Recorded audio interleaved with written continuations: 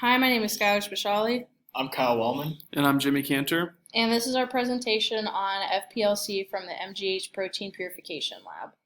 Starts us off an important protein complex that was crucial for our FPLC purification is MGH, and MGH is an enzyme that is made up of 3 different proteins, including malate dehydrogenase, green fluorescent protein, and histidine tags. For the malate dehydrogenase, it is an enzyme that is critical for citric acid cycle. The green fluorescent protein doesn't really have any catalytic activity going on with it, but it does color or stain the protein green. And the histidine tags, there are 6 histidine tags that are used to help separate the proteins. Expression involves an isolated colony on a solid media plate, which is then transferred to a liquid media so that more growth can occur.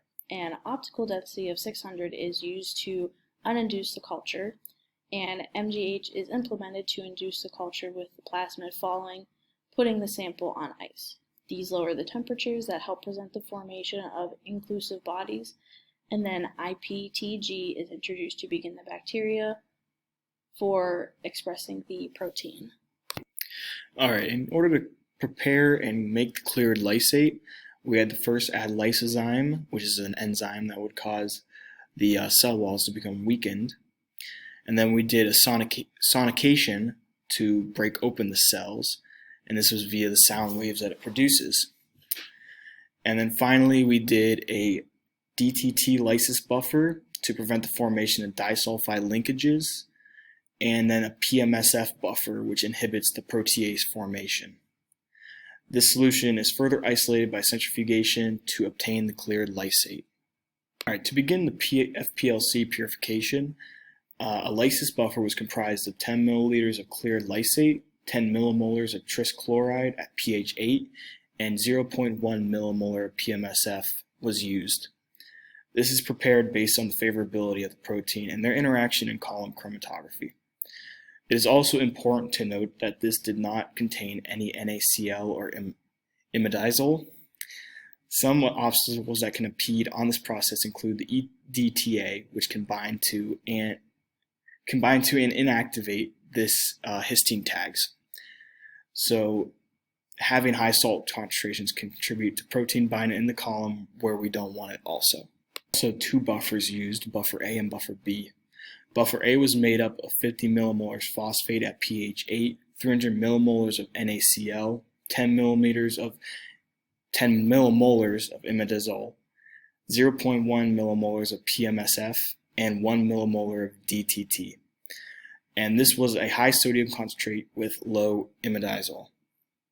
Buffer B consisted of 50 millimolars of phosphate at pH 8, 300 millimolars of NaCl, and 250 millimolars of imidazole, 0.1 millimolars of PMSF, and 1 millimolar of DTT. And this was a high sodium concentration with high imidazole. FPLC is ran first in the loading stage, which is 30 minutes long and loads 1 milliliter per minute with 100% loading buffer. Next, washing and elution occurs from 30 to 75 minutes with 0 to 100% gradient elution buffer at 1 milliliter per minute. The fraction collection was set to collect 3 milliliter fractions every 3 minutes for all 75 minutes. The FPLC trace shows with the red line represents salt concentration over time. This dip represents a lower salt concentration in the sample in solution. The blue line represents the protein concentration over time. The first peak represents the non-binding protein without his tag, or proteins that we are not interested in. As the blue line starts to increase, we can see the elution phase take into effect with the imidazole concentration, which releases proteins that are bound to the column along with the MGH protein.